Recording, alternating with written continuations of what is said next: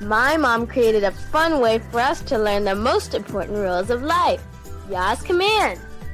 With Yah's Big Ten Commands, we get to see His will best for us. Keep Yah first. No graven nemesis. Don't take Yah's name in vain. Remember Shabbat and keep it holy. Honor your parents. Do not kill. Mr. and Mrs., don't cheat. Don't steal. Don't tell lies. Don't covet. This changes everything. Get your set of Yah's Big Ten Commands at Big Ten Designs today.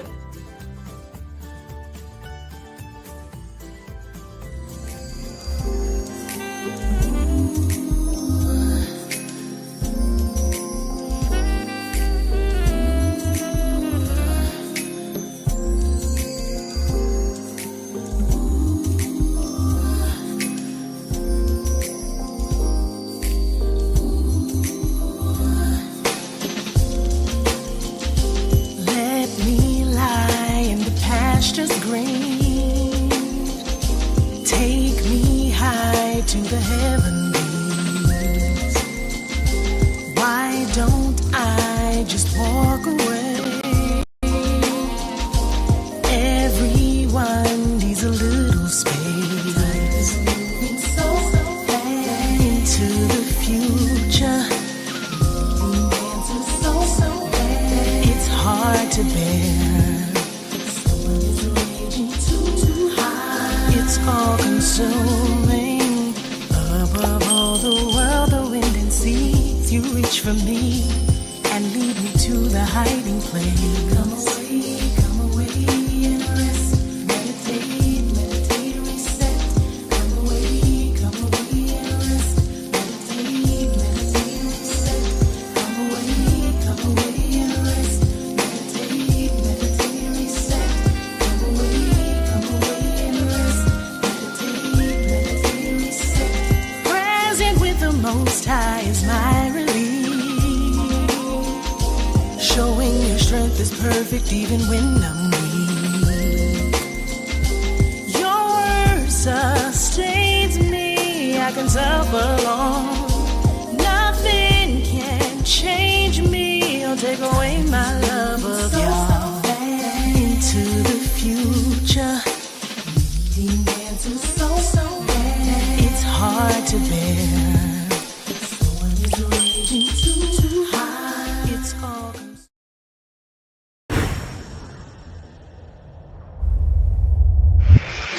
like anybody, I would like to live a long life. Longevity has its place. But I'm not concerned about that now. I just want to do God's will. And He's allowed me to go up to the mountain. And I've looked over and I've seen the promised land. Identity. We are bombarded by images of who we think we are every day of our lives.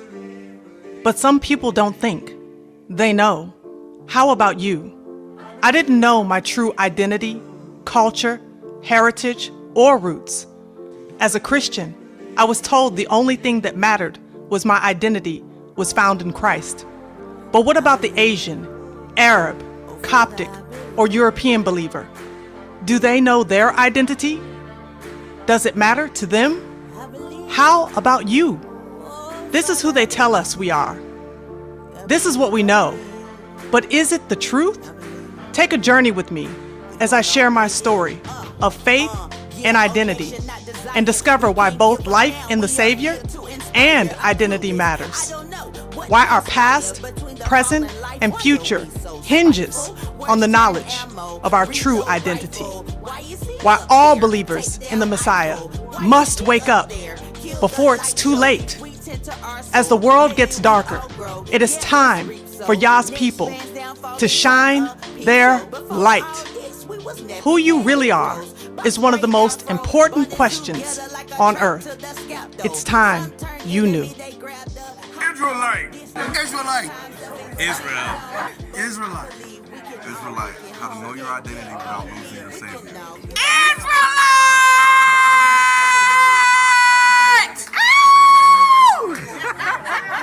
I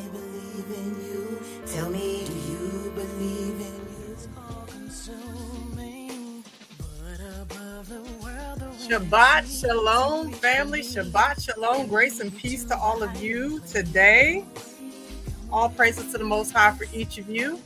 I tell y'all, I said I'm gonna watch my lives in the background on my phone so I could see these emojis that y'all got going on there with the hearts. I tell you, I can't see it on StreamYard, so I said let me check this out. And shout out to y'all. Much, much, much love to each and every one of you. Thank y'all so much for coming in. It's pretty much nighttime at this point. It's 5 o'clock around here, so I hope y'all had a restful day. Praise y'all, I did. I had a very restful day. I tried to take a nap, not gonna lie, but I couldn't get into a nap. So I said, you know what?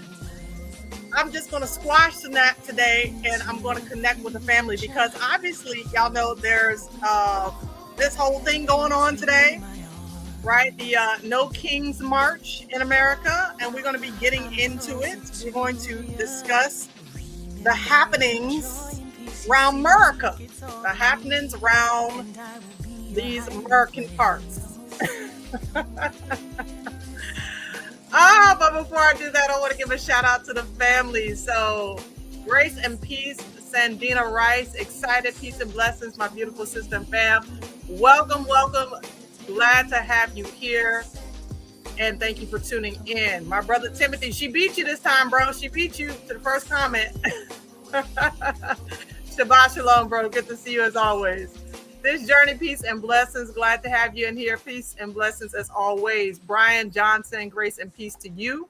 Thanks for coming in today. Zaria, peace and blessings. Or Zariah, peace and blessings to you.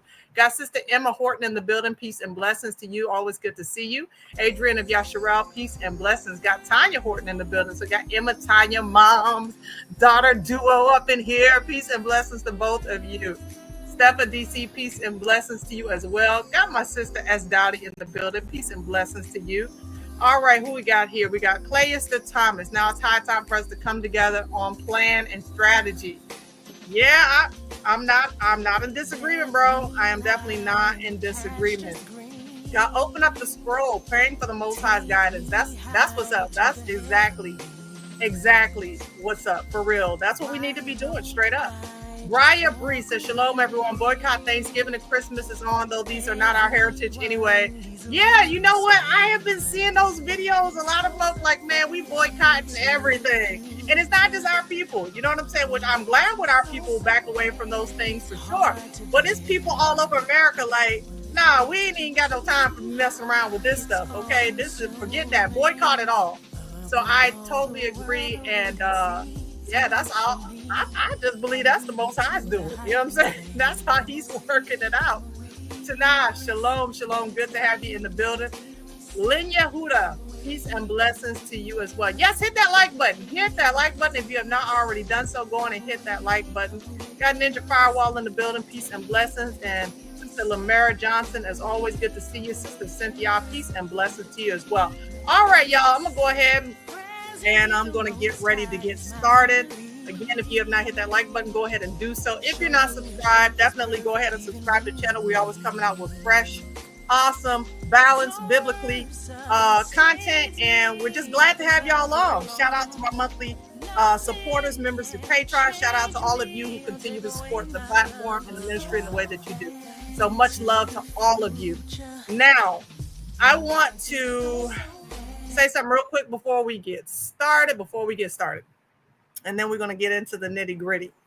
All right. So, of course, those of you who are around for the controversy between yesterday and the day before on my channel concerning birthdays, I wanted to speak to that issue really quickly before we get started for a particular reason. And I'm going to tell you why.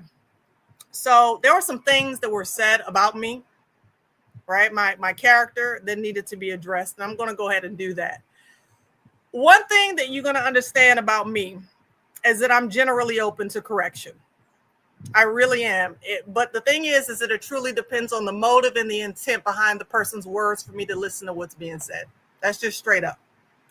But anyone who knows me or has known me in the community will tell you that without a shadow of a doubt that I'm one of the most reasonable, balanced leaders in the awakening.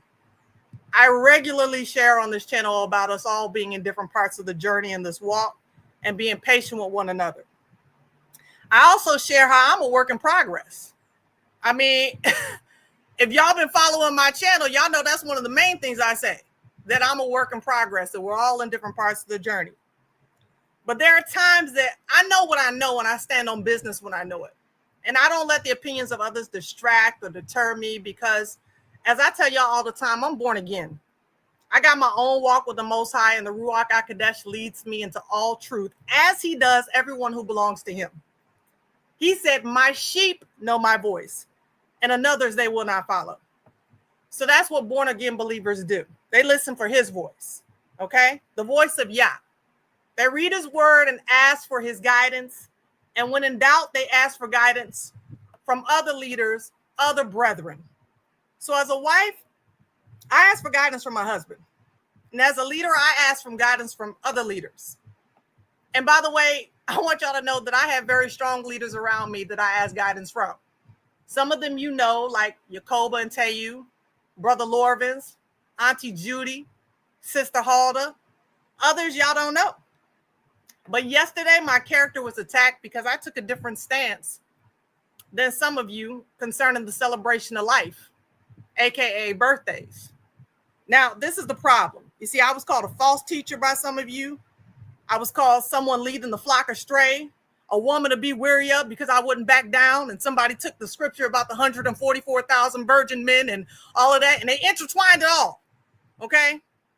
This is some of the stuff that was said in the comment section by some of you.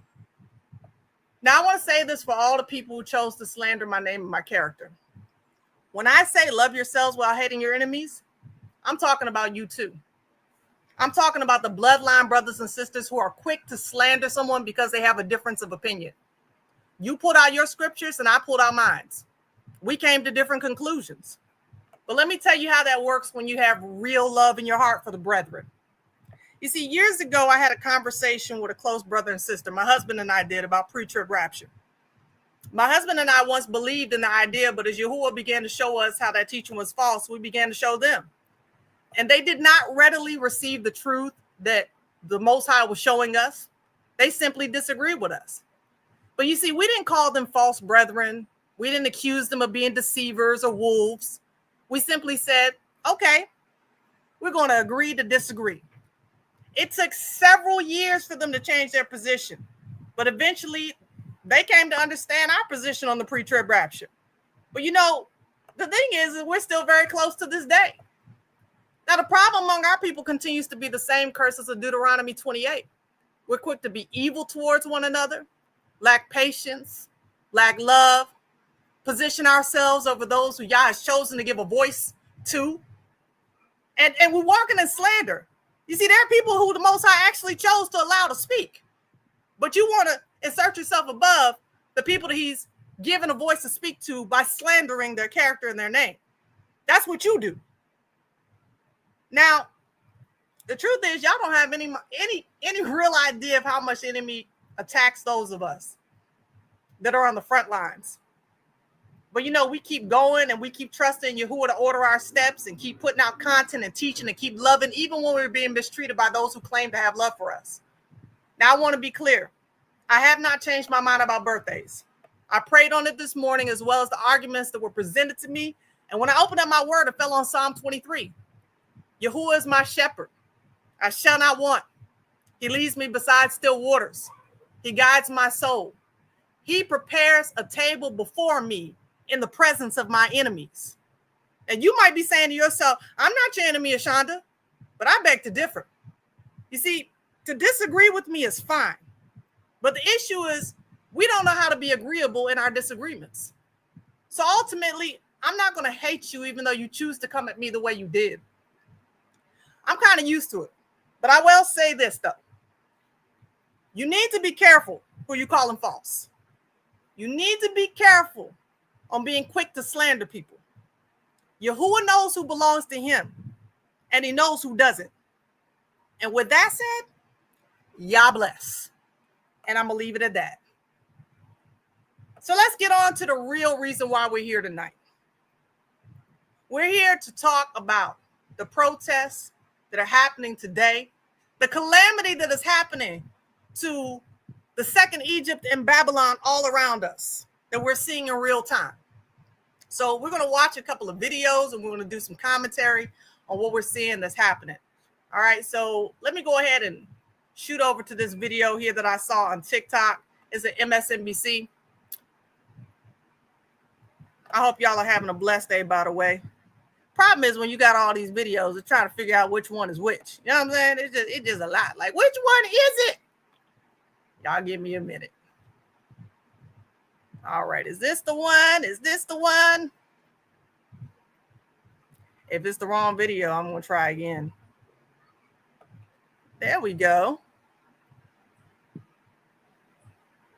I think that's the one, y'all. All right, let's pull it up and let's see. Let's hope it's the right video.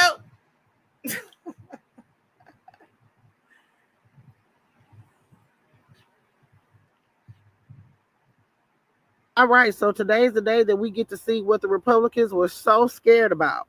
As we all know, honey, there are over 2,600 No Kings protests scheduled across the United States. And I even seen one today in Dublin. No Kings Rally. We refer to it by its more accurate description, the Hate America Rally, okay? And I'm not sure how anybody can refute that.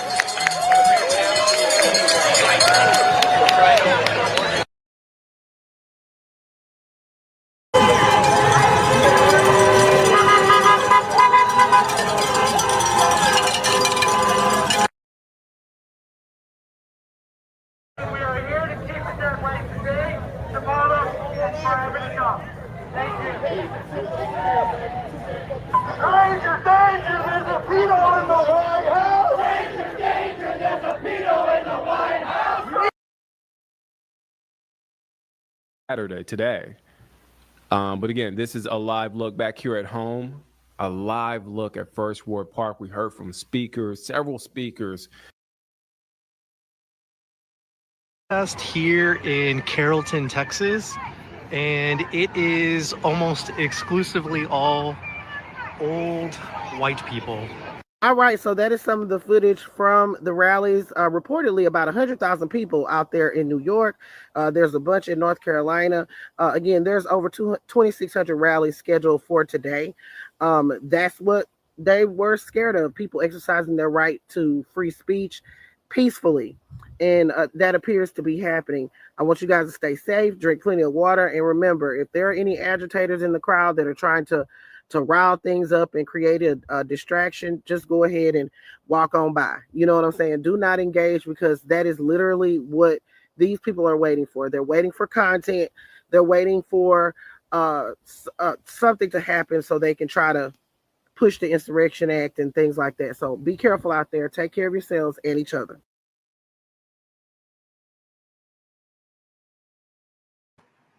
Now, I don't know if y'all saw that one sign that said it's so bad the introverts are out here. That one cracked me up, right? Because if you know, you know. If you're an introvert, do me a favor, put a 1 in the chat if you're an introvert, okay? If you know, you know. Now, see me, I'm not an introvert, right? I'm an extroverted introvert, right? So I can move in spaces and be extroverted, but true introverts understand that they need like one of them brown paper bags to breathe in, right? Be like, oh my gosh, I can't be around you people. Can't be around you. I love some introverts. Shout out to all you introverts. But no, for real, I'm like that too, Team True. I'm like 1.5, you know. Like, listen, I need my space. Y'all all up in my space now, okay? But they said it's so bad, even the introverts are out here. I'm telling you, I love that. That's so funny. But let's take a look at this video. I was looking for the one for MSNBC. Hopefully this one will pop it up.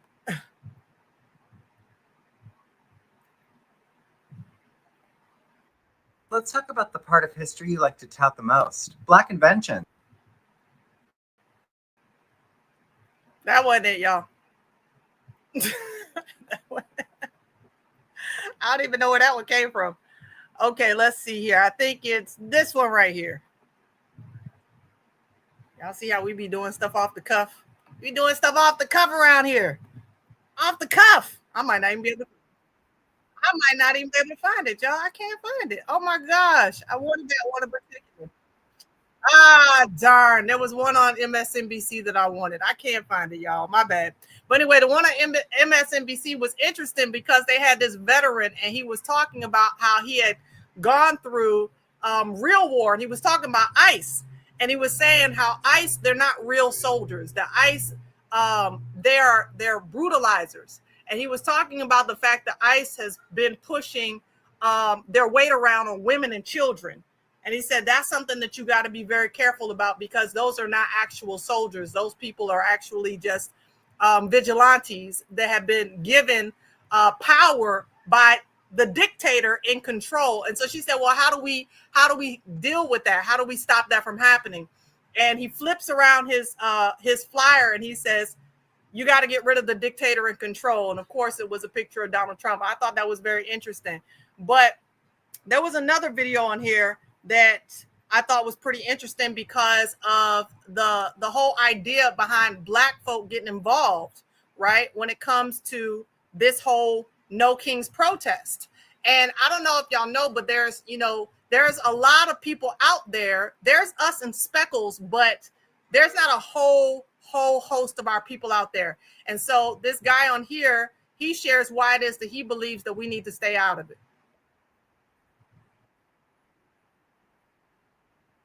1807 Insurrection Act. He's waiting on us. Do not go out there and participate. We warned everybody who's going out there protesting to vote for Kamala Harris. The majority of the people who are marching didn't vote for her. 44% was the total of the white vote that she got from America. And there are going to be millions of people out there protesting who, had they voted for her, wouldn't need to be out there protesting. And just so that we're clear, marching under the moniker of No Kings, let me put you on some game. The No Kings moniker represents the colonials, represents the George Washingtons, the Thomas Jeffersons, the Benjamin Franklins, the John Adams of the world. They represent men who owned my ancestors, men who were merchants of the flesh, men who owned enslaved Black people, who were seeking to free themselves from the tyranny of Britain, of the British. No matter who would have won the war, Black people would have still remained slaves. So this is the moniker that you want to march under. No Kings. You're going to march under the moniker of people that enslaved my people, and they were supposed to march against a current tyrant. Don't do it. Don't do it. Stay at home. 92% voted for Kamala. 80% voted for Kamala. We did our part November the 5th, and we warned everybody not to vote for this dude. And they did it anyway. And these folks want us out here as bodyguards and shields. We told you, we warned you, and you did it anyway.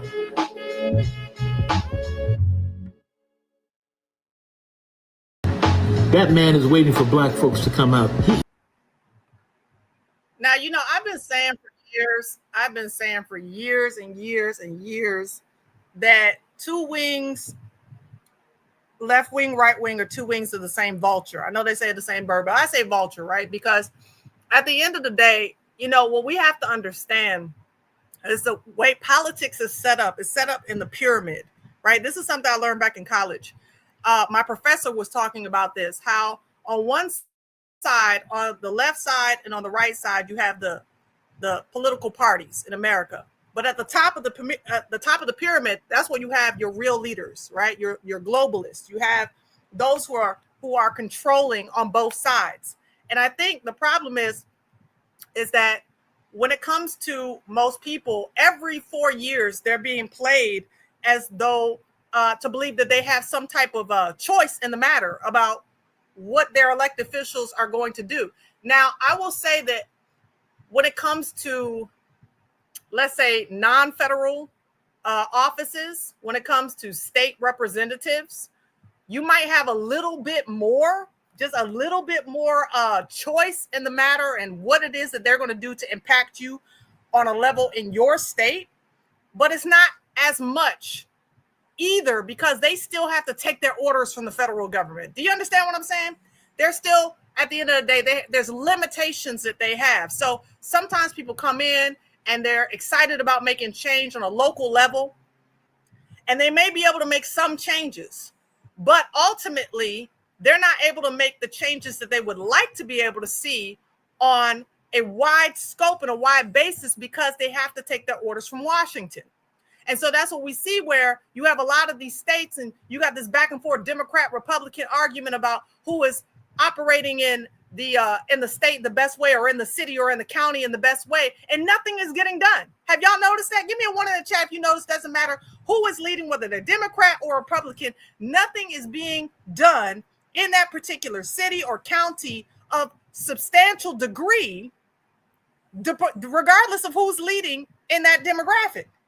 You see what I'm saying? It's like it, you know, and this is one of the saddest things, because like I said, you know, when it comes to these politicians, I don't think that all of them have this mindset of trying to work for the powers that should not be, if you will. I think they go in there and they have this intention that they're going to be able to change, they're going to disrupt things, and ultimately they get in and they find out that it's not what they thought it was. It's not, you know, it's not what they believed it was going to be. Now, does that mean that you shouldn't get involved with what's going on in your city and in your county? No, I don't believe that at all. I believe that you as a grassroots person should definitely be involved in organizations. You should be involved in helping to wake your people up. Wherever I go, I don't care who I talk to. I talk to people, like I told you, on the high levels and on the low levels, homeless or the politician, it don't matter to me. Wake your people up. Tell them the truth. That's what you have to do. And you say, well, you know, we may not be in those spaces. Whatever space or capacity that you're in, I don't care if it's at your job. Do your best to be able to support the people in your community in whatever degree or fashion you could. Serve the homeless. I don't know about y'all, but, you know, for years before we moved to the Virgin Islands, my family and I, that was one of the major things that we did, not with an organization, but just as a family. We would cook meals for the homeless, and we would go out and we would feed them and we would minister to them. And so what I'm saying is that you can make an impact and you can make an effect, and don't just look at it from a political standpoint, because I'm telling you, for real, that's what we're going to have to get back to. How many of y'all know that that's what we're going to have to get back to with everything that's happening currently in society that's pushing us in the direction of the beast? How many of y'all know that we're going to have to learn how to love one another again? We're going to have to learn how to work together again, maybe barter, okay? There's some serious stuff that we're going to have to get back to community-wise, helping our neighbor, working with each other on a face-to-face basis that is going to have to take place. And we're just going to have to get used to that, because the way things are right now, it's about to implode. Things are not going to be the way they once were.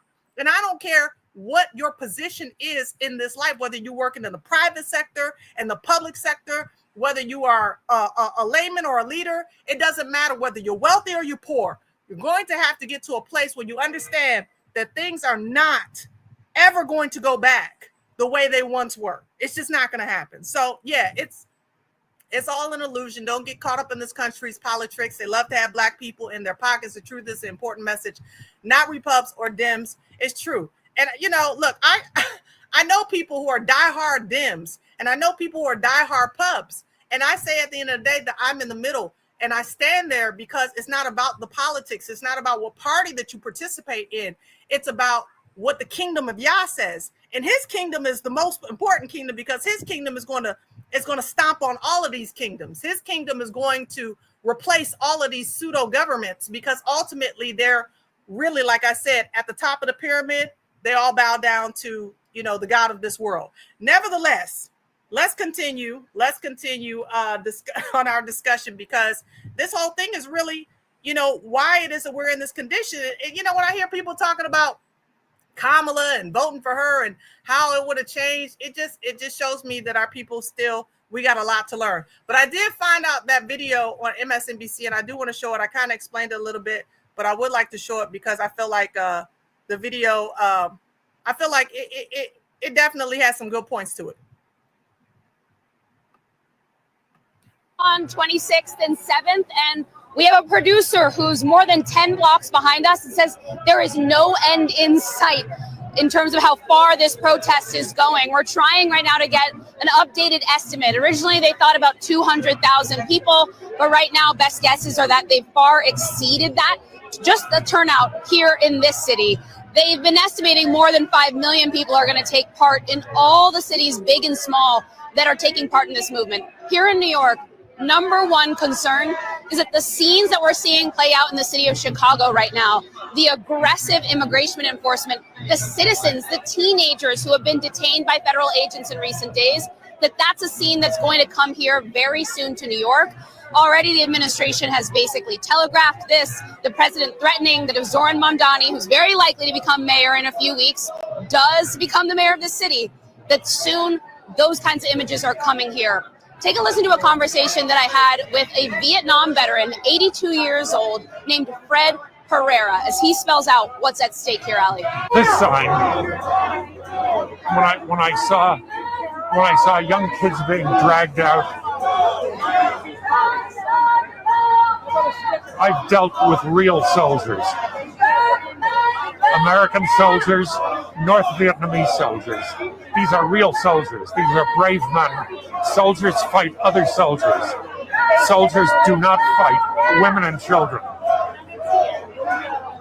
What ICE is doing is outrageous. They are a paramilitary force. That's why I'm using the term soldier. What would your message be to someone who is maybe fearful of taking part in a protest, worried that this administration will crack down on them or their loved ones? What would you say to someone who's unsure of how to speak up right now? What would I say? I have the answer on the other side. Can you read this for me? Lift it up. Protest now. Protest now or bow down later. Those are your options? Yes. See, that's why I want to show that. Protest now or bow down later. And, he's on point. He's not, he wasn't wrong for saying what he said, because really that's what's happening with this administration, is that historically it's taking some of the same patterns, right, that history has shown us with dictators. And so for him to say those words, he's really saying something that is reflective of what America can look forward to if it continues in the trajectory that it's going. But at this point, in my personal opinion, I just feel like America has gone too far and there's no turning back. I don't know. If you feel that way, you do me a favor and let me know. If you feel like America can turn around from here, put a 1 in the chat. If you feel like America is not going to turn around from this point, put a 2 in the chat. Let me know how y'all feel about this, because the way I see it, I'm like, it almost reminds me of, when those nations in the scripture where they had reached to the point of the Most High, where it was like, all right, look, I have tried to put up with y'all, but at this point, I just got to judge y'all at this point, because, look, even when we talk about the greatest issue, which is being ignored, the greatest sins of America was being ignored, which is oppressing and enslaving the true children of Yasharel. The attitudes, still to this day, the attitudes are just very narcissistic, and a lot of gaslighting and a lot of, pushback. And I don't want to take any accountability for what happened and what continues to happen to you. We can give money to Russia, to Ukraine, to the Jewish state. We can give money to everywhere else. But when it comes to taking care of us, the ones who have been greatly offended, the ones who are still dealing with the conditions that have been handed to us by our forefathers who were enslaved in this land. And we say, hey, hold on a second now. We need some retribution. we need some repair of the breach, then they look like, I don't know what you're talking about. I wasn't a slave owner. That kind of rhetoric that continues to come from them is problematic, and it's emblematic of why I believe that America is not going to turn around. On top of that, when you have the religious right worshiping the, commander in chief, that's another reason why America is not going to turn around. And so, do me a favor. How many of y'all saw the video that I did the other day where I shared about Trump saying that he's not going to make it to heaven? All right, no more twos. Do me a favor. Put a 1 in the chat so I can see the pulse. How many of y'all saw that video where I showed you that Trump said he's not going to make it to heaven? I got y'all fingers working today, don't I? Okay, so y'all saw that video. Yes. You see what I'm saying? And he said it on multiple occasions. He said he is not going to make it to heaven, right? But remember, this is the party that is upholding him as though he is God. And look, it's serious out here, y'all. It's serious. Matter of fact, let me show you how serious it is, right? Because when it comes to how these people believe about themselves, this is what we're dealing with. We're dealing with the narcissism like I have never seen it before. But but welcome to America is all I can say. Welcome to America. Let me find this video here. I don't know why my tabs were not open up on this StreamYard thing. I got the thing right here. My tabs will not open up on this StreamYard. But I'm gonna pull it up again so y'all can see this, because y'all gonna be like, what? But then again, none of us are surprised at what's been happening. None of us are really and truly surprised at what's been going on with this administration. So, okay, now I can pull it up. Half my tabs ain't showing today. Okay, here we go. Y'all take a look at this. This is from Eric Trump. So you have to check out this interview that Eric Trump gave to Benny Johnson yesterday. Can y'all hear? Johnson first introduces I can't hear a thing. saying his family had brought peace to the world. And then Eric talks about the trials and tribulations that his family has gone through and how they are now saving Christianity and saving God. Here's that clip. Eric, welcome to the program. I know this is a massive day for you. I really appreciate your time. You are launching your book today, and we have the link in the description. I want to tell everyone we have the links in the description. But since that made so much news, and since we've had such a historic 24 hours for your family, the family that brought the world peace, I want to get your reaction to that. I can't tell you how many things are lining up. I mean, think about the fact that this book came out on Charlie Kirk's birthday, on the same day as we have peace in the Middle East. I mean, so many different factors are all coming together at once in the most unthinkable, unbelievable journey. You couldn't have scripted this. You could not, the wildest author could not have scripted this book and the trials and tribulations and twists and turns to get to where we are today. And look how much better humanity and our world is. We're saving Christianity. We're saving God. We're saving the family unit. We're saving this nation. I mean, now the full interview runs about 12 minutes, and I'll put a link to that down below in the comments in case you'd like to watch it. But it is truly stunning that anyone can even utter the words, "We are saving God." But you see the arrogance? You know what I'm saying? Like, it's absolutely mind-blowing. Eric Trump is Donald Trump's son. I believe he's his oldest Trump, by the way. Yeah, I agree, Brian. That statement is diabolical. I mean, it really is. Unless you're talking about the God of this world. I mean, which I believe that they really are. You know what I'm saying? But it's just like, come on. This man can say something like this. And who is checking him? Who from their base is checking him? Right? No. Why check him? Why check him? Because at the end of the day, they worship Trump.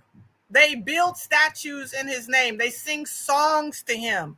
They pray to him. There are people around the world who have prayed to him. Y'all remember that Indian dude who was praying to Trump, and then when he did not win the second go round that he ran, the dude like starved himself and he died. Do y'all remember that dude?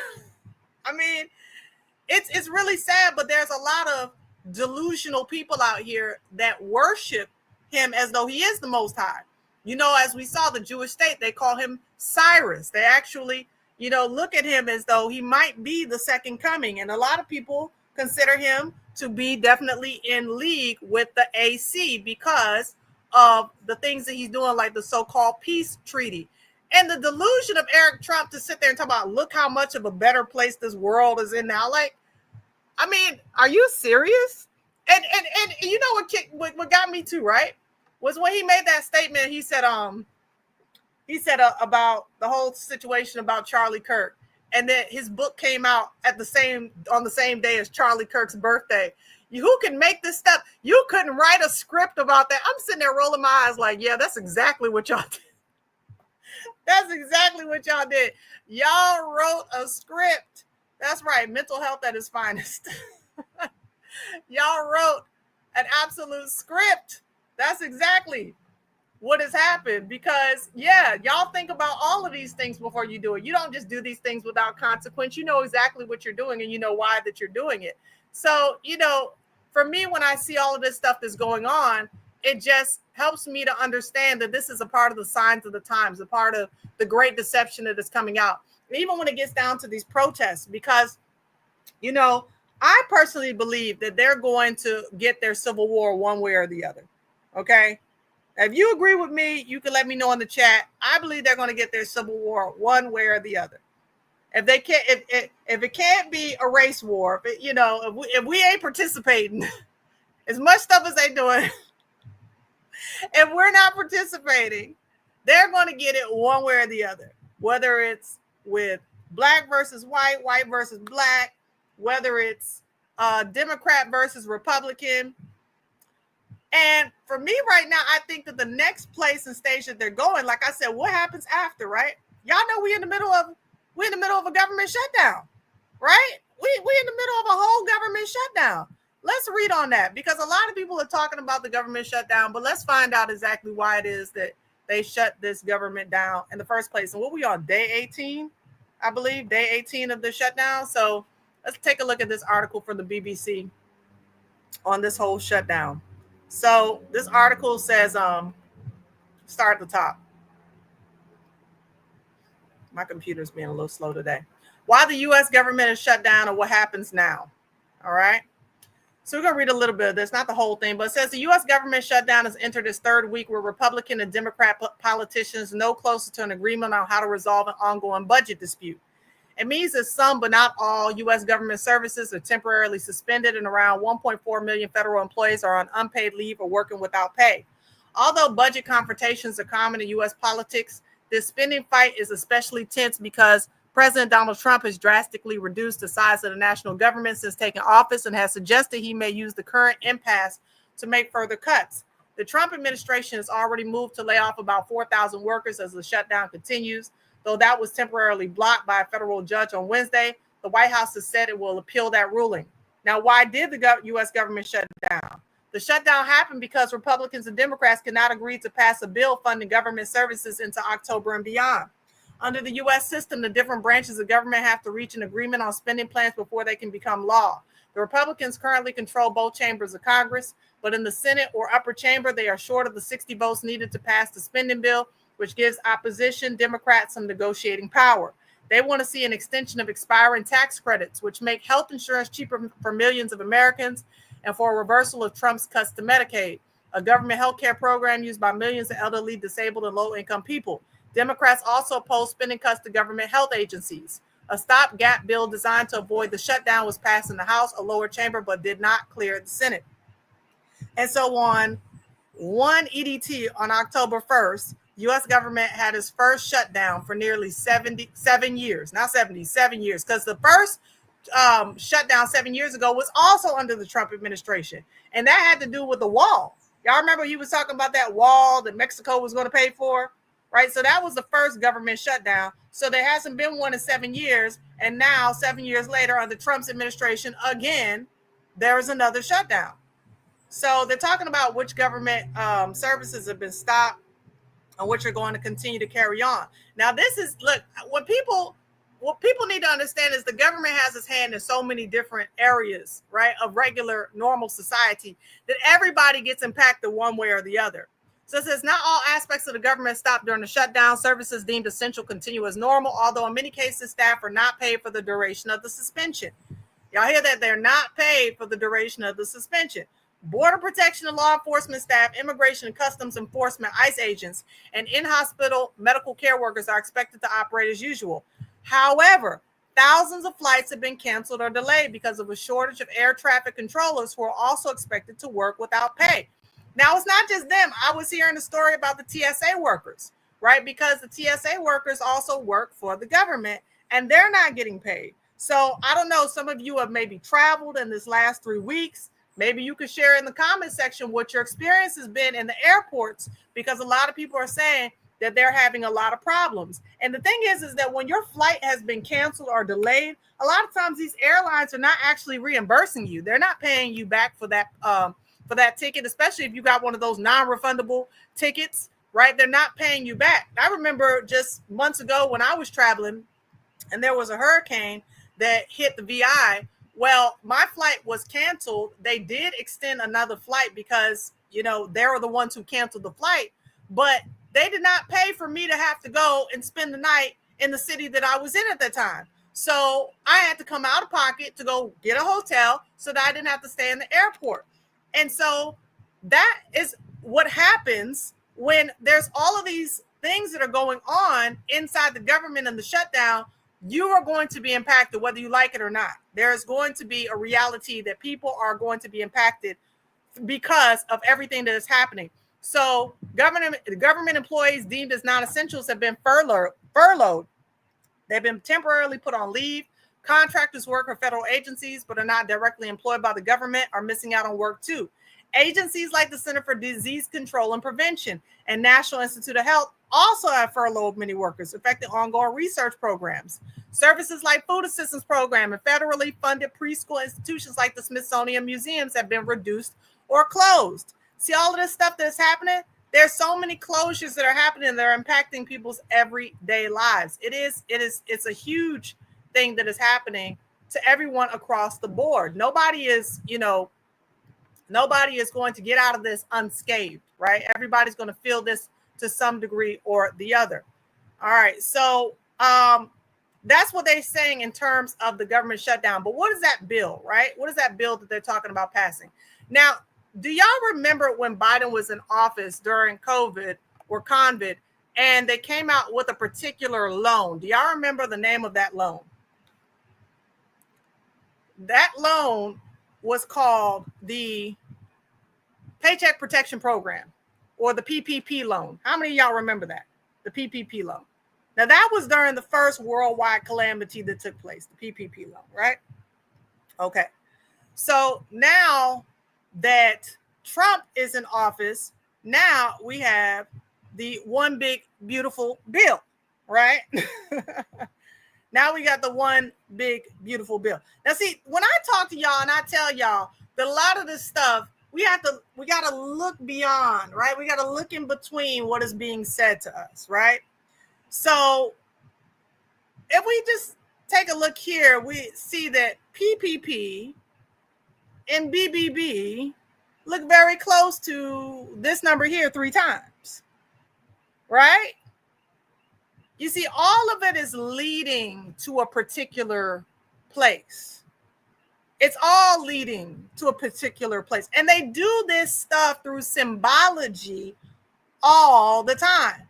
That's why we got to stop, just as a people looking at things on the surface. And I know many of us don't, right? But there are still a lot of people that look at things on the surface. They're not looking at the symbolism behind it all. They're not looking at the directional positioning of where all of this stuff is going. So this government shutdown, right? They're saying that it's going to be unlike any other. This is not a normal thing. Now, granted, it's been 7 years and nobody wants to deal with the inconveniences of a government shutdown necessarily, but they're saying that this particular one is different from any other shutdown that they've had. This has nothing to do necessarily with the budget, right? This has to do, meaning not the budget, but the debt ceiling. This is not about the debt ceiling like the last ones were, or the wall in Mexico, all those things. This is a different kind of shutdown. So let's take a look here at PBS. It says how Trump and budget chief Vought are making this government shutdown unlike any other. All right, we'll read a little bit of this and I'm gonna go down because I'm gonna show you, that this is really about the big, beautiful bill. Y'all, I'm not gonna lie, there has just been so much ads. I'm gonna pull out of this and reject the cookies real quick on this thing. But ads are everywhere. It's just absolutely over the top with these ads now. Anyway, President Donald Trump is making this government shutdown unlike any the nation has ever seen, giving his budget office rare authority to pick winners and losers, who gets paid or fired, which programs are cut or survive, and an unprecedented restructuring across the federal workforce. As the shutdown enters its third week, the Office of Management and Budget said Tuesday is preparing to batten down the hatches with more reductions in force to come. The president calls budget chief Bruce Vought the Grim Reaper, and Vought has seized on the opportunity to fund Trump's priorities, paying the military while slashing jobs in health, education, the sciences, and other areas with actions that have been criticized as illegal and are facing court challenges. Trump said programs favored by Democrats are being targeted and they're never going to come back in many cases. He told them all these things that y'all want. Oh, you want Medicaid, you want SNAP, you want Section 8, you want things that are social programs, never coming back. Okay? This is what he's saying. This is what the Democrats want, and it's not going to come back. Why? Because the big, beautiful bill is slashing everything everywhere. Speaking during an event at the White House, Trump added, we're being able to do things that we were unable to do before. These people are delusional. With Congress at a standstill, the Republican-led House refusing to return to session, the Senate stuck in a loop of failed votes to reopen government as Democrats demand health care funding, the budget office quickly filled the void. See what we're talking about now? Y'all remember there was a Project 2025. Project 20. Oh, I don't know nothing about Project 2025. Now, what are we in? We in 2025 and what's happening? Okay, from Project 2025 to the White House. Vought, a chief architect of the conservative Project 2025 policy book, is reshaping the size and scope of federal government in ways similar to those envisioned in the blueprint. It is exactly what certain lawmakers, particularly Democrats, feared if Congress failed to fund the government. Trump's priorities, supporting the military and pursuing his mass deportation agenda, have been largely uninterrupted despite the closures. The administration found leftover tariff revenues to ensure the Women, Infants, and Children's Food Aid Program did not shutter, but the Trump administration is shuttering scores of other programs, firing workers, handling special education and after-school programs, and those guarding the nation's infrastructure from cyber attacks. More than 4,100 federal workers received layoff notices over the weekend. This shutdown is different from earlier ones because Donald Trump and Russ Vought and all of their cronies are using this moment to terrorize these patriotic federal employees, says Senator Chris Van Hollen, standing with federal workers Tuesday outside the White House budget office. Van Hollen said it's a big fat lie when Trump and his budget director say the shutdown is making them fire federal workers. It is also illegal and we will see them in court. Okay? Now, again, remember, his big, beautiful bill needs to make sure that these military forces, that they're still put in position. So it says on Tuesday, Homeland Security Secretary Kristi Noem said her agency was relying on Trump's big tax cuts law for funding to make sure members of the Coast Guard are also paid. We at DHS worked out an innovative solution, Noem said in a statement, thanks to Trump's one big, beautiful bill. She said, the brave men and women of the U.S. Coast Guard will not miss a paycheck this week. Okay? So they're not going to miss a paycheck. But people who are in need or regular workers are considered non-essential workers. They're missing their paychecks. They don't care. They could care less. They don't care because this is all about positioning us for what is to come. So even when y'all see them protesting out here and they're saying, hey, we can't have this dictatorship, we can't have this, all of this stuff that's going on.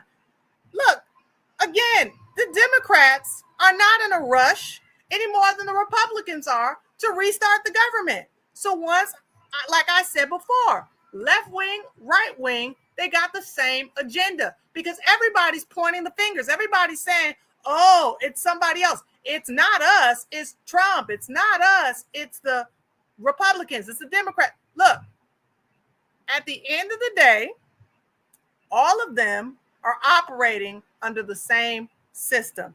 All of them, even if they say that they're not.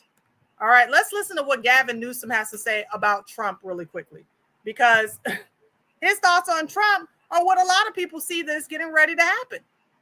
You know, it doesn't take a genius to see it, but this is what is going down.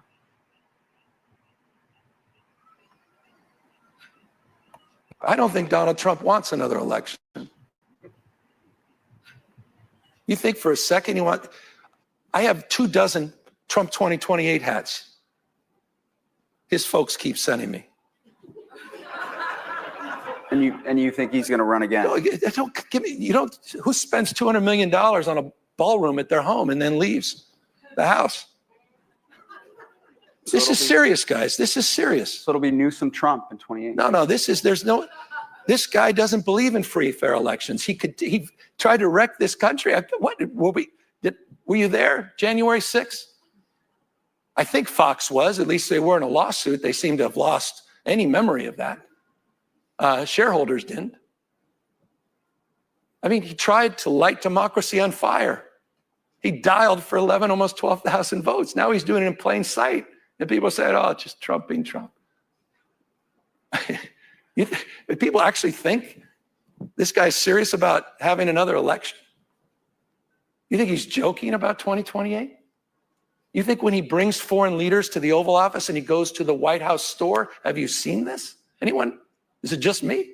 And he shows them the 2028 hats? He's not being serious? Wake up. You will lose your country. Again, it's not about Democrats. It's about all of us. So you're absolutely convinced he's... I'm absolutely convinced. 2028. You've seen it. He's tried to steal the last election. He's trying to rig it in plain sight this time. He wants to get rid of vote by mail. He's talking about eliminating voting machines he doesn't like. He's setting up the contours where he can declare a declaration of emergency for anything. Just cause means whatever he just said on Truth Social. He's running the greatest grift operation in world history. I mean, it makes some of these dictators overseas blush, the crypto, not just the perfume. I mean, come on. Let me ask you about a couple of your... Wake up, everybody. Wake up. Let me ask you about a couple... Excuse me, and I know it's impolite. We have to be more calm and demure. Couple of your own... But I'm not calm, and I'm not going to submit myself to niceties. Not when this guy is trying to wreck our goddamn country. So, you know, he said what the reality is. And if those of you haven't seen this, you know, you can just look on Google, Trump 2028. He's right there with it on his desk, right there. Okay. He has no plans of leaving the White House. He really doesn't. I mean, that's the reality. And, you know, the thing is that I just showed y'all the other day with Stephen Miller and what he had to say in terms of plenary power. For those of y'all who didn't see it, I'll go ahead and show it to you now. Administration won an identical case in the Ninth Circuit just a few months ago with respect to the federalizing of the California National Guard. Under Title 10 of the U.S. Code, the president has plenary authority. Stephen? Stephen? Hey, Stephen, can you hear me? It seemed, Stephen, I apologize. It seems like we're having a technical issue. We'll try to fix that and get back to you after a quick break. Stay with CNN. Cat got his tongue. Cat got his tongue. He really thought he really thought he could fake a glitch too. That's what really cracked me up. This man really thought he could fake a glitch. Like, are you serious, bruh? But you know what we're experiencing when we see people out here rioting, and I won't say rioting, people out here protesting. I don't want to use the wrong word. When we see people out here protesting, understand that Trump is going to exaggerate anything that takes place. And I do believe they'll have paid protesters so that he can ultimately push the Insurrection Act, because that's what's coming next. Urge people to use their voices to protect democracy. Trump is falsely claiming that Portland, Oregon, is war-ravaged.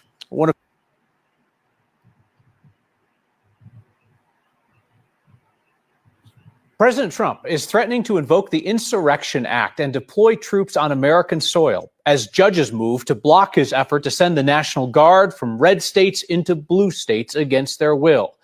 Democratic leaders across the country are warning that America's headed for martial law. Trump has targeted Denver and Colorado with words, but has not moved to send red state troops here at this point. Democratic Attorney General Phil Weiser called Trump's actions unconstitutional and urged people to use their voices to protect democracy. Trump is falsely claiming that Portland, Oregon, is war-ravaged. One of his own appointees on the federal bench just blocked his plan to call in out-of-state troops to crack down on protests outside an ICE facility in Portland. And today, leaders in Illinois sued to stop Trump from sending troops from Illinois and Texas into Chicago. Democratic Governor J.B. Pritzker says Trump is trying to provoke a violent confrontation that would allow him to use the Insurrection Act to bring the military against American citizens. Colorado's Democratic majority at the state capitol passed a law this year trying to keep out-of-state National Guard troops from being sent here against Colorado's will. But the law does allow it if they're acting under federal orders, which has been the situation when Trump has sent or tried to send troops into Washington, D.C., Portland, and Chicago. So y'all see, he has to have this chaos. And like I told y'all, they're going to get this civil war one way or the other, right? Because the thing is that when people are in the condition that they're in, which he's putting pretty much everybody in, after a while, their sense and sensibility begins to leave. And y'all know that they've been putting out the propaganda for as long as they've been putting out. We saw Leave the World Behind, and then they came out with the movie Civil War. Did y'all see the movie Civil War? I saw both. But that movie, Civil War, the way it took place, again, it was about the people against the government, right? It wasn't a racial war. It was about the people against the government. And it was very graphic. I'll put it that way. It was very, very graphic. And essentially what we're coming into is the people right now, it's the peaceful protest, but because he's trying to incite the people by taking jobs, by cutting off access to resources, particularly for the underserved communities, by ICE coming in and, doing what it's doing, whether it's illegal immigrants. I know people have been conversing and having a problem with the idea that, quote unquote, Black people can be taken by ICE, but we've seen already in Chicago that this has taken place. And I told y'all, we should never be comfortable with saying, well, they were just detained and let go a few hours later. I don't understand what history hasn't shown you, what history hasn't shown us. This is not something in which we should be ignoring or acting like it's not a big deal, because ultimately that's the goal, is to persecute the woman. Revelation 12, that is the goal, is to persecute the woman. And we know the Most High is going to gather us out of the four winds of the earth, and he's going to protect us. However, until that time happens, we're in the thicket of it. We're in the middle. And us being in the middle of the situation, we need to be aware of what the goal is. Now, of course, we know that America, being Babylon and Egypt, is going to face its judgment. But there are some things that are happening before we get to that point. And there are a lot of people who are aware of these things, but some of y'all aren't. So let's talk about what it looks like under the Trump administration after he's able to essentially be the king of America. Okay, let's take a look at this video on his goals for this whole economic crisis. Really, what he's trying to do is shutting the government down for a reason. Last year, I promised to make America the Bitcoin superpower of the world and the crypto capital of the planet. And we're taking historic action to deliver on that promise, as you know, around the table. Yesterday, I signed an executive order officially creating our strategic Bitcoin reserve. And this will be a virtual Fort Knox for digital gold to be housed within the United States Treasury. That's a big thing. The federal government is already among the largest holders of Bitcoin, as you know, really one of the largest holders in the world, with as many as 200,000 Bitcoin obtained via civil law and various other forms of law, and including enforcement actions. These existing holdings will form the foundation of the new reserve. The Treasury and Commerce departments will also explore new pathways to accumulate additional Bitcoin holdings for the reserve, provided it's done at no cost to the taxpayers. We don't want any cost to the taxpayers. In addition, my order directs federal agencies to conduct an inventory of all crypto assets currently held by the U.S. government and determine how they can be transferred easily to the Treasury. Non-Bitcoin digital assets will be held in a new U.S. digital asset stockpile where they will be managed properly. I also want to express my strong support for the efforts of lawmakers in Congress as they work on bills to provide regulatory certainty for dollar-backed stablecoins and the digital assets market. They're working very hard on that. This is a tremendous opportunity for economic growth and innovation in our financial sector, and will really go a long way.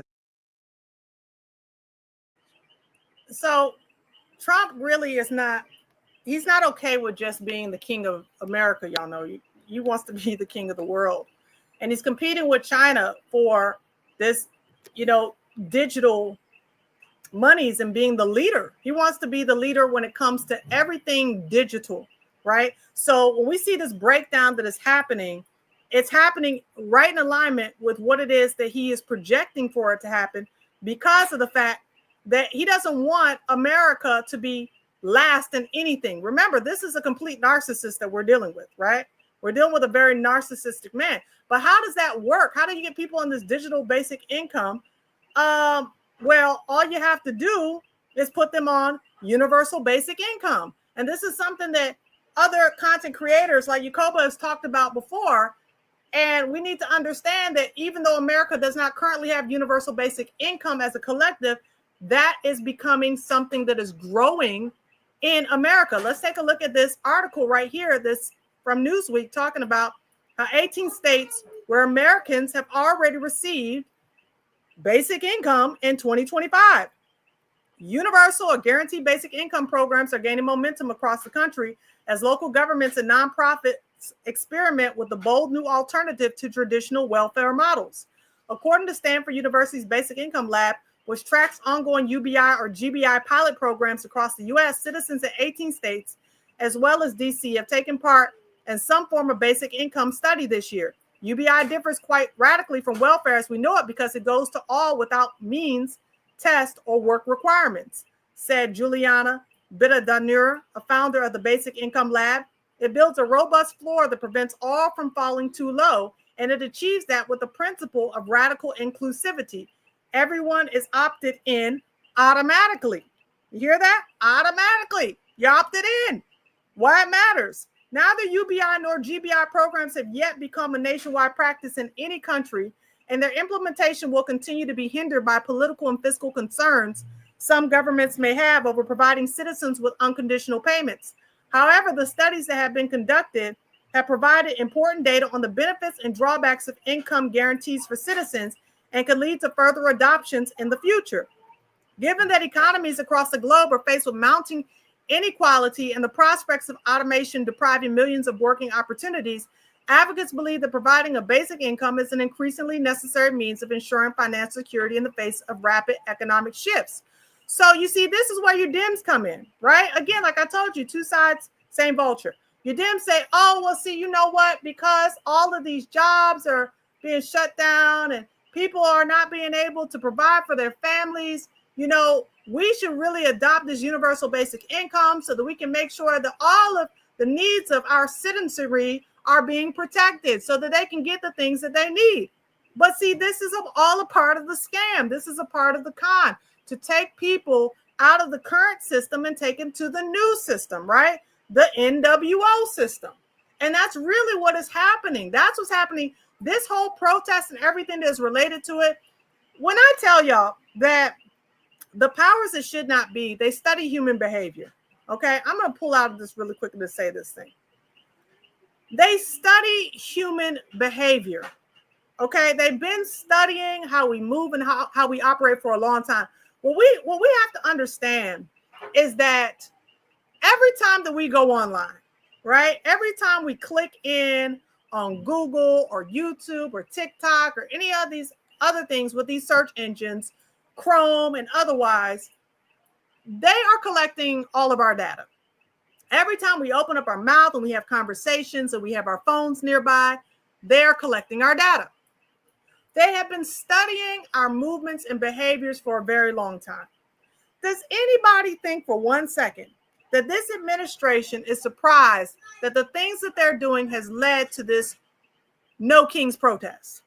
Anybody out here think that they were surprised that there was going to be a protest against Trump and his way? Because if you think that, I got a bridge to sell you, right? Because at the end of the day, they're looking for patterns. They're looking for ways of thought concerning how the masses think. Metadata, exactly. Metadata. And so, exactly, Brother Timothy, they've been studying us for a long time. Matter of fact, even since back in Germany, after the whole H thing was finished, right? They had these German scientists that came over to America.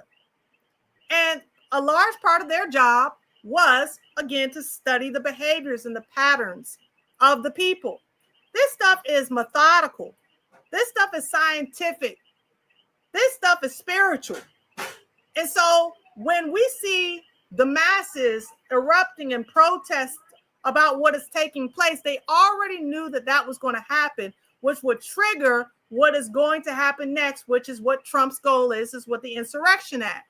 When Stephen Miller said what he said about plenary powers, he wasn't supposed to say it at that time. That's why he stopped, because they already knew where it was going. If y'all listen to Stephen Miller, he is one of the biggest proponents of the exaggeration of what's happening in these cities where ICE and where the National Guard are being sent.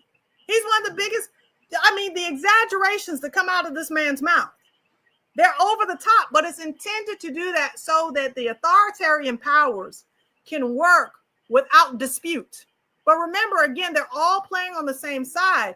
So that's their part, is to come off as authoritarian. Then the Democrats come in and say, well, we want to help everybody, so let's do the UBI. And then they all come together and say this. Let's take a look what they're all coming together to say. Now, not this one. Where is it at? Okay, let's take a look at this. Matter of fact, before I show this video, I want to say this. I got a call from a friend of mine who was talking to me about the digital ID. And because, I keep on the beating pulse of what's happening, I already knew, some of the things that she was saying.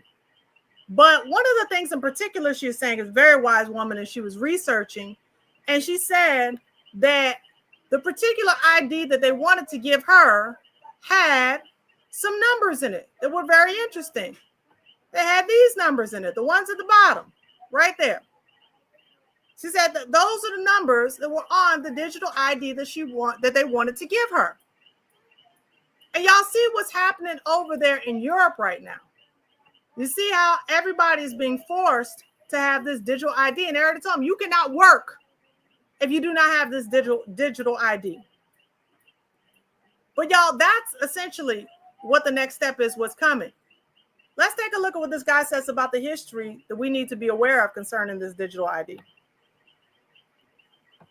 This is an authentic ID card from World War II. Every British person had to carry one and produce it on demand to police officers and soldiers. But this mandatory ID scheme didn't last long. People got sick of the authoritarian nature of producing papers, and they protested against them, ripping them up, setting fire to them, and eventually, Churchill's government scrapped them in 1952. Then, Tony Blair tried to bring them back. We think it is legitimate and right in this day and age to ask people to carry identity cards. But he failed. Within 100 days, we believe we can scrap the ID cards. Now we face an even bigger threat. 1 year ago, the government told us that we would never get a digital ID system. It wasn't even in the Labour Party manifesto. But Keir Starmer recently told his cabinet and the media that he is considering plans for a mandatory digital ID scheme after influential Labour think tanks, including the Tony Blair Institute, piled on the pressure.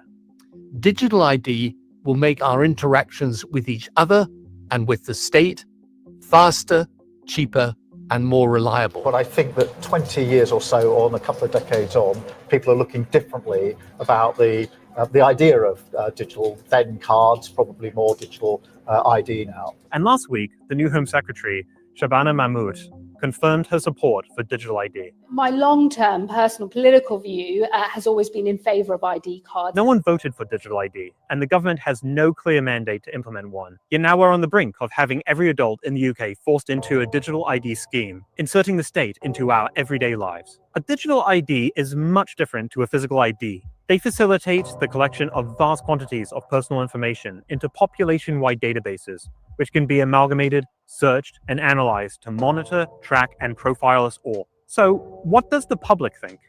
Sounds pretty Orwellian to me, so I think keep it away. There's so many things that they are trying to make us scared of. You know, it's control under the guise of safety.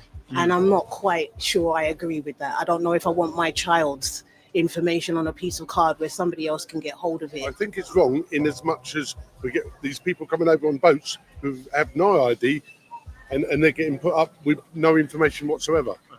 So does that mean we should all have one? No, because like I say, we've already got ours. We've got all my national insurance numbers and all that lot, you know what I mean? So this is not accessible to many people. I guess the homeless community would struggle more with digital ID. Do you think the government would do a good job of keeping the data secure and safe? No. No? No. No? Okay. No, not at all. Breaking news, because it has been revealed that the personal details of UK special forces and spies were included in the huge data leak. Secret agents from the GCHQ department tasked with stopping ransomware attacks say they're dealing with at least one incident every day. At the time of the hack, the information that they held was the names and addresses of all of those who registered to vote between the years of 2014 and 2022, including those not on the public register. They haven't been doing a very good job for the first time now, so they're going to start them doing it now. So, it's just another form of sort of control, basically. Idea would be every adult needs to present a digital ID card on their phone or a computer to show who they are when they get a job or try to migrate, that sort of thing. I feel like it's a slippery slope. Okay. I think that's my guess. I mean, I would have to look into the specifics of it, but I feel like it could be, the end might not be what's intended. We've released a groundbreaking report that takes a deep dive into digital ID. Checkpoint Britain, the dangers of digital ID and why privacy must be protected. At their worst, digital ID systems can enable population-wide surveillance, curb civil liberties, predict and shape people's decisions, or be abused for the tracking and targeting of marginalized groups. Independent polling commissioned by us through YouGov reveals a clear majority of the British public, 63%, do not trust the government to protect the vast amounts of personal information collected in digital ID schemes. And there was little evidence to prove that a digital ID system would deter illegal immigration or employment fraud. It would instead burden law-abiding citizens and businesses. We need to make sure that we are on the front foot, building up the biggest campaign possible ahead of any government announcement on digital ID. But we are only as strong as the support we receive. Before Christmas, we're ramping up our campaign efforts with planned actions, and we set a goal to reach 2,000.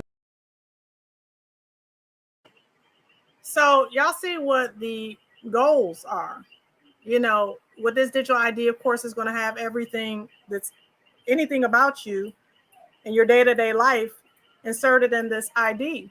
Your medical information, your financial information, Of course, if you're on universal basic income, you know, they'll decide how much of that financial credit that you receive, right, through the crypto. This is one of the reasons why I'm not a fan of crypto at all. But this is one of the things that I want to say.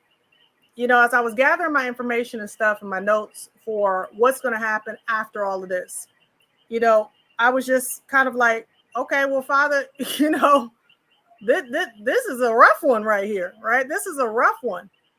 I'm going to tell you that there's a lot of things that are happening, right? There's a whole lot of things that are happening. But I want you to take courage, because when we see all of these things happen, the Most High told us to look up because our redemption draws nigh. When you see wars and rumors of wars, when you see that, you know, there are going to be those of us who are persecuted, who are put in prison, all of those things that the Messiah said for his name's sake, that we need to take courage because it's a sign of his coming. And I'm not one of those people that believes that the Messiah is not coming back or that we can save ourselves. I hear people saying that craziness. To me, it's crazy to believe that we can save ourselves when all I got to do is look back at 2019 going into 2020 and see how the world reacted on saving themselves. Do you understand what I'm saying? I mean, for real. COVID was a test run. COVID was a test to see how the world was going to react to authoritarian control in the name of quote unquote safety. And the truth is that a lot of people, a whole lot of people, regardless of ethnicity, failed that test. Who's the first racial demographic that they came after to promote the solution? Where did they go to first? Tell me in the chat, y'all. It wasn't that long ago. Okay? Our memory should not be so scattered that we don't remember who the first people that they went to for the solution. It was us. Okay? It was us. Specifically in the Black church. They used the Black pastors, right, to get to their congregations to try to religify this moment. I think taking Paul's words out of context about submitting to the authorities, right? I'm telling you guys that this is the stuff that we need to be wary of. This is the stuff that we need to be mindful of, because there's a lot of people out here that are jokers. And I don't mean to say it like that, but I'm keeping it a buck. Listen, if you think that you're strong enough in your own self to resist the things that are coming, you are deceiving yourself. You better humble yourself before the mighty hand of the Most High. I keep it with my Father 100. Father, I don't have the strength in myself. Provide it. I remember when we were going through that time that it was a very difficult spiritual time because so many people around us, family, friends, neighbors, were all signing up and lining up. Do you understand what I'm saying?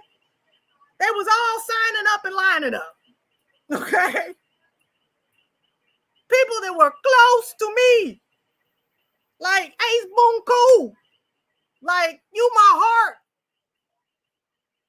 And I'm just floored because I'm saying, do we not understand the history of how this country has treated us, felt about us, and now all of a sudden they want to be our superheroes and best friends for our health, to protect us? And the truth is that a lot of our folk were scared. Okay? A lot of our people were scared. They were scared about losing jobs. They were scared about peer pressure. They were scared they wouldn't be able to travel no more. They were scared for a number of different reasons. And that fear is what caused a lot of people to buckle at the knees and take the solution. Okay? Now, there's, of course, people say, hey, it was the MOB. And only the Most High knows all the damage that solution has caused. I, for one, know that there were plenty of people that end up having the clots that came afterwards. Do you understand what I'm saying? People I know personally end up getting clots, end up having heart issues, if not straight up, not being here with us no more.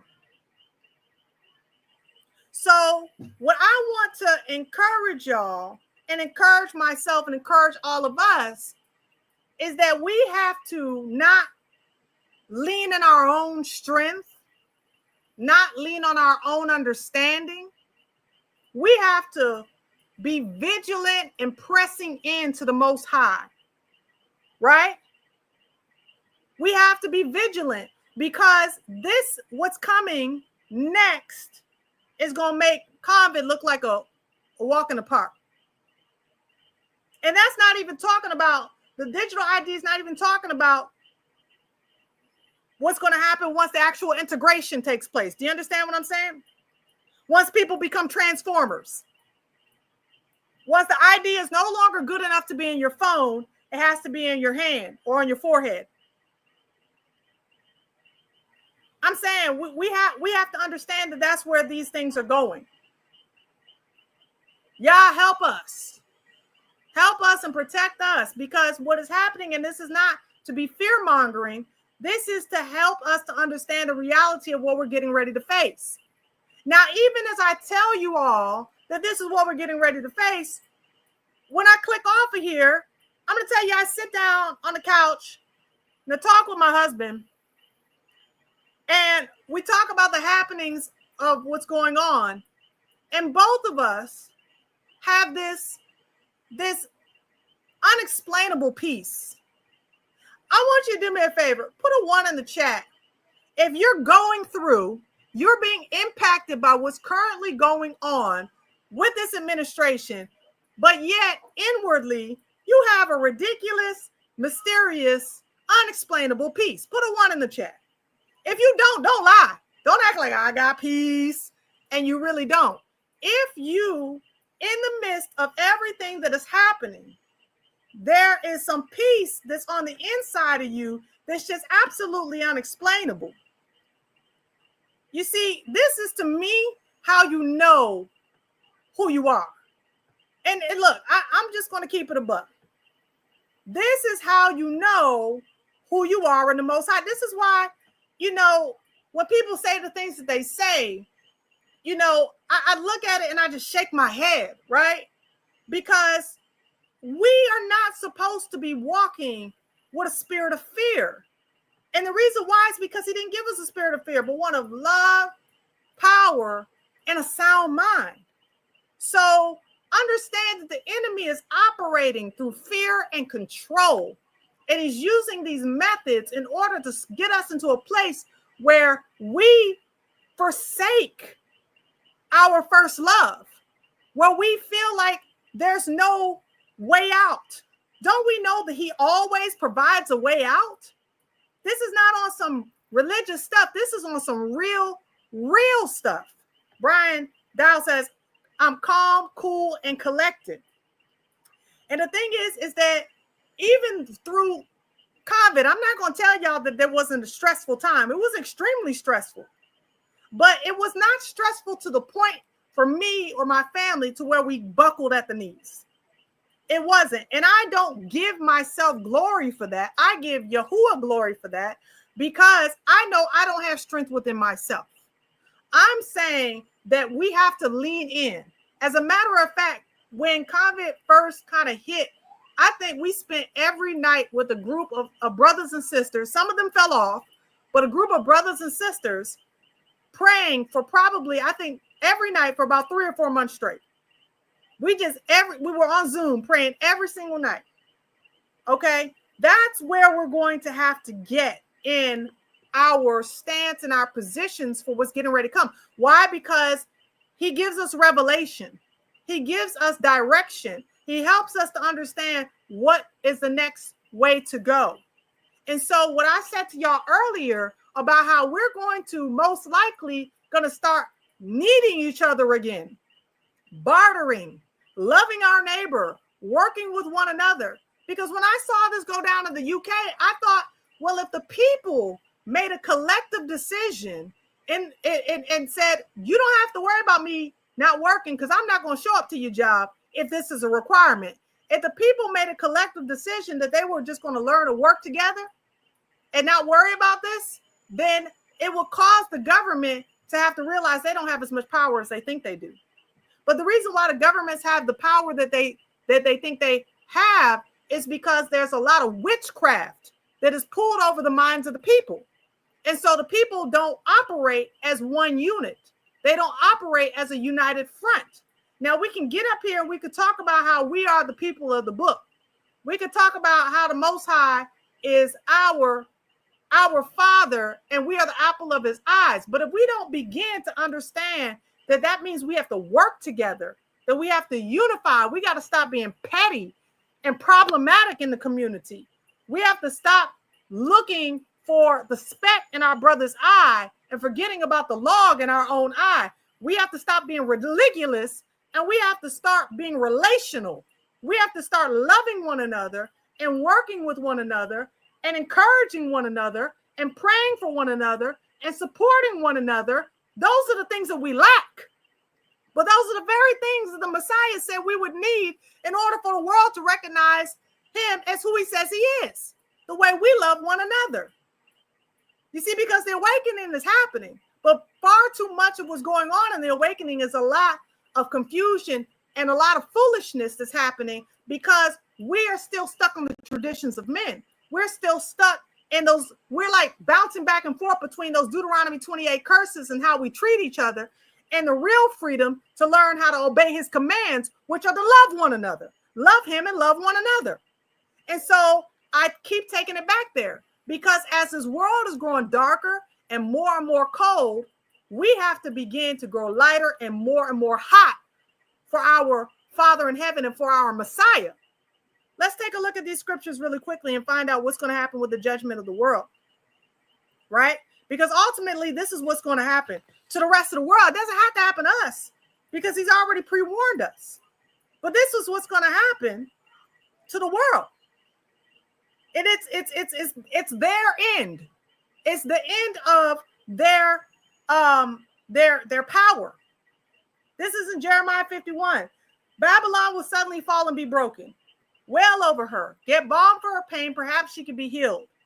We would have healed Babylon, but she cannot be healed. What did I ask y'all earlier about America? Is America coming back? Not so much. Why? She can be healed. Let us leave her and each go into our own land. Oh, for all those people who are trying to act like he didn't tell us that some of us he's calling out earlier to flee. Some of us he's calling to leave earlier, saying get out and go to our own land. For her judgment reaches to the skies. It rises as high as the heavens. Yahuwah has vindicated us. Come, let us tell in Zion what Yahuwah our Lua has done. Sharpen the arrows. Take up the shields. Yahuwah has stirred up the kings of the Medes because his purpose is to destroy Babylon. Yahuwah will take vengeance. Vengeance for his temple. Lift up a banner against the walls of Babylon. Reinforce the guard. Station the watchmen. Prepare an ambush. Yahuwah will carry out his purpose. His decree against the people of Babylon, who you live by many waters and are rich in treasures. Your end has come, the time for you to be destroyed. Yahuwah Almighty has sworn by himself, I will surely fill you with troops as with a swarm of locusts, and they will shout in triumph over you. Wow. Wow. All these troops that are coming to shout over, and this is Jeremiah. And we know that John has something very similar to say. So many years later, so many thousands of years later, the apostle Yehochanan, he saw the same thing. Fallen is Babylon the Great. She has become a dwelling for demons, a haunt for every impure spirit, a haunt for every unclean bird, a haunt for every unclean and detestable animal. For all the nations have drunk the maddening wine of her adulteries. The kings of the earth committed adultery with her, and the merchants of the earth grew rich from her excessive luxury. Then I heard another voice from heaven say, come out of her, my people. There we go again. Didn't Jeremiah just talk about that? Go to your own land, so that you will not share in her sins, so that you will not receive any of her plagues. For her sins are piled up to heaven, and the Lord has remembered her crimes. Give back to her as she has given. Pay her back double for what she has done. Pour her a double portion from her own cup. Give her as much torment and grief as the glory and luxury she gave herself. In her heart she boasted, I sit enthroned as a queen.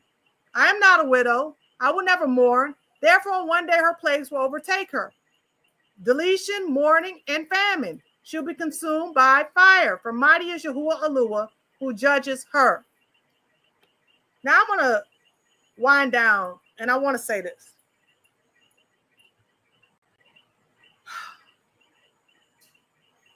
America is under heavy judgment.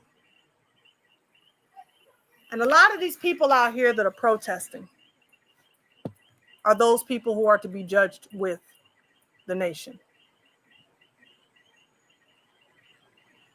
You see, when our people were continuously treated like the scum of the earth, when our people were poisoned, hung, slaughtered, experimented on, spit upon, were spat upon, had dogs sicked on, churches bombed, communities bombed.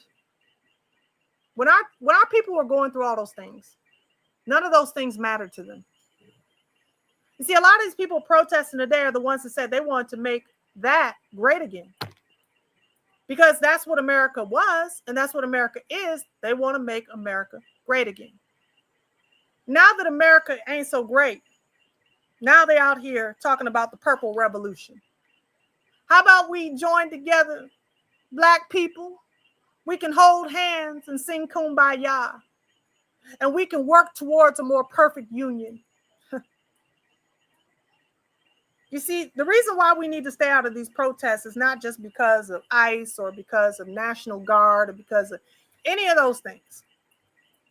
It's because we are not the ones that are supposed to be judged with Babylon. I just read it to you in Revelation 18. We are not supposed to be judged with Babylon because we belong to the Most High. Those of us who are called by his name.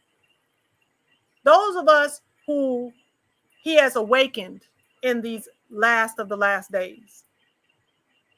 I want to encourage all of you to go the way of Yah. When people say, well, who are you? Do you have a religion? Like I said yesterday, I am a follower of the way. I follow the way of the master, the way, the truth, and the life. Because he's the one that orders the steps of the righteous. He makes the crooked path straight. He helps us to see beyond what we can see. And so I encourage us to get into a place of humility. I encourage us to get into a place of repentance. And I encourage us to tune our ears into what the Father has to say. Because yes, we're living our day-to-day lives, but this is all wrapping up very quickly. And no, we don't have all the answers. But I know that one like the Son of Man can protect us like he did the 3 Hebrew young men when they were in the first Babylon. Azariah, Mishael, and Hananiah, who the world knows as Shadrach, Meshach, and Abednego. He can protect us through the fires. We just got to lean more and more into him at this time. That's the only thing I can give you. Is to trust in him because he's the only one that has the answers. He's the only one that has the plan. Someone talk about what's the plan? Well, the plan is to submit to him. Submit to the will of the Father in your life. You submit to the will of the Father in your life and he will order your steps. The steps of a good man are ordered by Yahuwah, and he delights in his way. Though he fall, he will not be cast down, for Yahuwah upholds him with his hand. Though 1,000 may fall on one side and 10,000 may fall on your right, you shall not be moved. Why? Because you belong to the Most High. Yahuwah is your shepherd. You shall not want. He makes you lie down in green pastures. He restores your soul. See, do you trust him that though you're walking through the valley of the shadow of death, that he is with you? Do you trust him? Do me a favor. Put some fire emojis in the chat if when you are walking through the valley of the shadow of death, you trust him. Because we have to make a decision in our hearts about who it is that we're going to serve. Choose you this day whom it is that you will serve. As for me and my house, we've already made our decision. We will serve the Most High. He's protected us. He continues to protect us. Stop looking for everything to be easy. There's no such thing as easy. It isn't. Life is hard. That's what I told my children the other day. I said, if you want to succeed in life, understand this. It ain't easy. Life was never meant to be easy. Life was meant to be difficult because the difficulties of life is what purges the dross from among us. We're being refined like fine gold. That's what's happening. It's a refiner's process. We're being refined, all of us, like fine gold. He's removing the things from us that don't please him. Those of us that love him. You see, y'all looking for deliverance, but understand that even in the wilderness of the people, there will be a refiner's process. There will be a refiner's process. Remember, he purges out the rebels from amongst us. So get on the potter's wheel. Allow him to refine you. Allow him to give you the faith that you lack right now. So that when the things that come and they're knocking on your door and they're saying, you have to participate in this next part of the system. You say, would I rather obey Yah or rather obey man? Then you can stand up and you can say that. So that's all I could tell you and encourage you with. I pray that the Most High protects and keeps all of us. But there's no better place to be than the center of his will.